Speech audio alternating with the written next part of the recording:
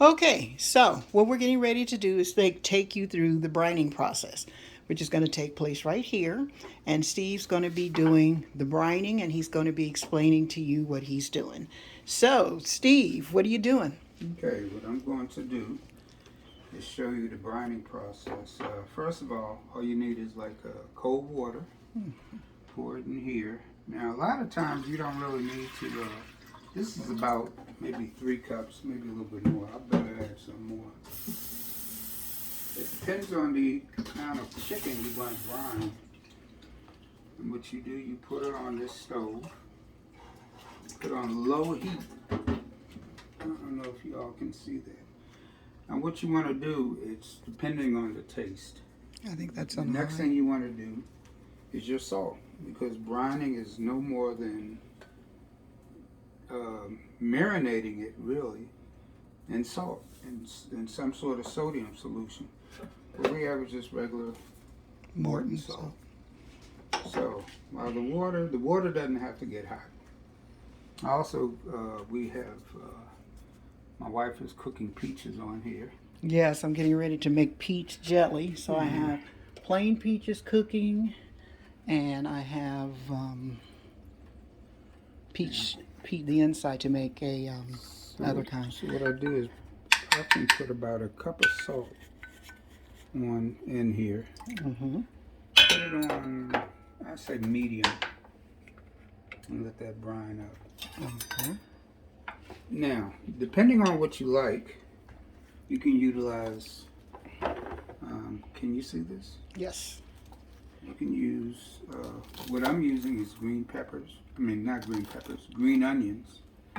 You can also use regular onion, any type of onion, red onion, Vidalia onion. It makes no difference. Okay, so he's rinsing the onions off. Okay. And what you can do is cut them at a slant if you're using green onions. That way, for some reason, you get all of the flavor in it. You don't need to use all of it, just some. And cut the stems off of them before you do this. Put this in with the salty water. That smells good. Right. Now, we had fresh garlic, but I'm not using that because I'm using garlic powder. Bring this to a light boil. So what you have to do is bring it to a light boil and get your other ingredients out, which is, my wife likes to use Watkins and I like to use it too. As you can see, we have Watkins garlic powder, basil, bay leaves, which is very important, paprika, Italian seasoning, that's an option.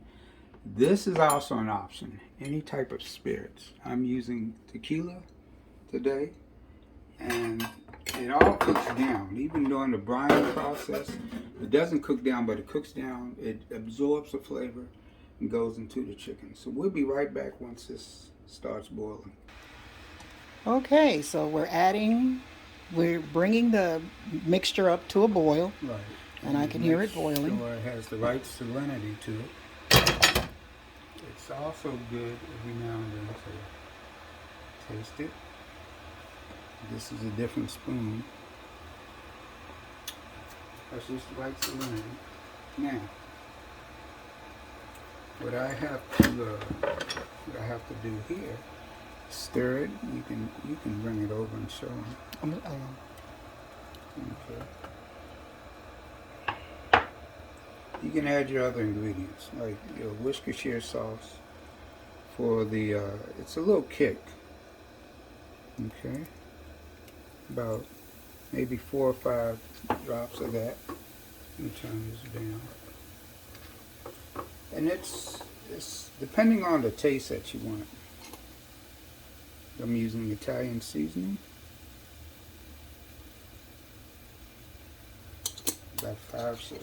About 6 to 5 shakes, maybe more of each one. If you're using this product, your paprika. And the paprika also comes in smoked paprika from Watkins, which is very, very good. Right, this is the and that's just the regular. Paprika. Yeah. Your bay leaves, which is very important. I don't know why it comes in this container, but I would say about with this amount, maybe 2 or 3 added in there. A lot of people wonder, why do you use bay leaves? If you use it in the soups and stews and everything else, the flavor, you could smell it, but the flavor doesn't become enhanced until it marinates there. It cooks a while with it. Basil.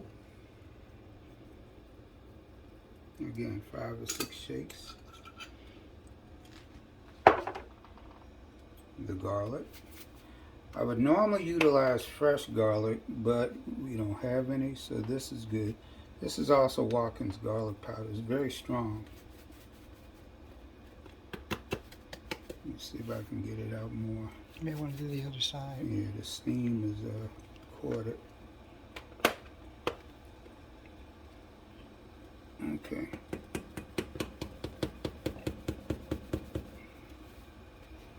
Okay, can't get enough basil. I mean garlic. There we go. And least but not the best, 1/4 cup of any spirits. I use tequila. Okay, you can turn the heat off of this.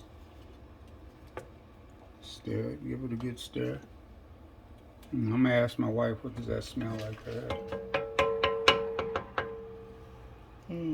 It smells good. Right. It smells really good. It's important you take this off the stove and let it cool. You don't need to have the lid on, which I'm going to use back here.